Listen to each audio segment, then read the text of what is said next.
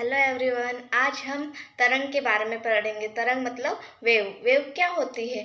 जब मतलब किसी भी चीज़ में डिस्टरबेंस के कारण उसमें उत्पन्न हुए वाइब्रेशन को वेव कहते हैं, मतलब तरंग कहते हैं। जैसे जब हम नदी के किनारे बैठे रहते हैं तो फ्री रहते हैं, तो हम क्या करते हैं, उसके नदी के अंदर हम कंकड़ फेंकने लग जाते हैं। और कंकड़ फेंकने से नदी में क्या होता है, डिस्टरबेंस, और उसके कारण जहाँ पत्थर फेंका है उसके चारों ओर क्या उत्पन्न हो जाती है, लहरें उत्पन्न हो जाती है। उसको ही कहते हैं वेव। और वेव कितने प्रकार के होते हैं, मतलब तरंग कितने प्रकार के होते हैं? दो प्रकार के, यांत्रिक तरंगे और विद्युत चुंबकीय तरंगे।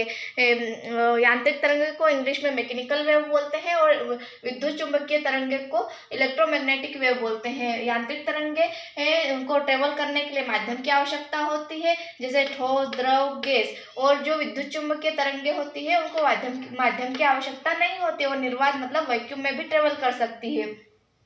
जैसे यांत्रिक मतलब मैकेनिकल वेव का एग्जांपल है ध्वनि तरंगे। और यांत्रिक मतलब मैकेनिकल वेव, यांत्रिक तरंगों को भी दो भागों में बांटा गया। कौन कौन से? अनुदैर्घ्य तरंग और अनुप्रस्थ तरंग। जो कि ध्वनि तरंगे है वो अनुदैर्घ्य तरंग का एग्जांपल है, और अनुप्रस्थ तरंगे प्रकाश मतलब लाइट की एग्जांपल है। अनुप्रस्थ तरंग के अंतर्गत प्रकाश मतलब उसका एग्जांपल है। और जो वेव है उसको इस प्रकार से प्रदर्शित करते हैं।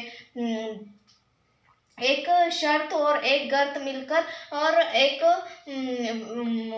वेव कंप्लीट होती है। एक शर्त और एक गर्त मिलकर क्या मतलब एक वेव कंप्लीट होती है, एक तरंग मतलब एक शर्त और एक गर्त को मिलाकर एक वेव बनेगी। और जो एक सेकेंड में कितनी बार वो ऑसिलेट हो रही है उसको बोलते हैं फ्रीक्वेंसी, जिसे लैम्डा मतलब तरंगदैर्घ्य से मतलब वेवलेंथ से मापते हैं।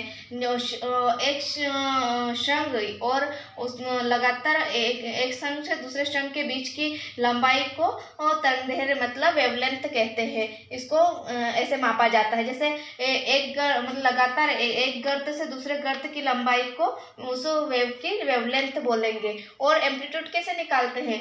जब उसका मतलब मैक्सिमम पॉइंट से जो लाइन के बीच की डिस्टेंस होगी उसको एम्पलीट्यूड मतलब आयाम बोलेंगे। और जो पीक पॉइंट रहता है उसको शिखर या शृंग भी बोलते हैं, इंग्लिश में उसको क्रस्ट बोलते हैं। और उसका जो गर्त मतलब नीचे का वो जो पीक पॉइंट रहता है उसको गर्त मतलब ट्रफ बोलते हैं। और विद्युत चुंबकीय तरंग का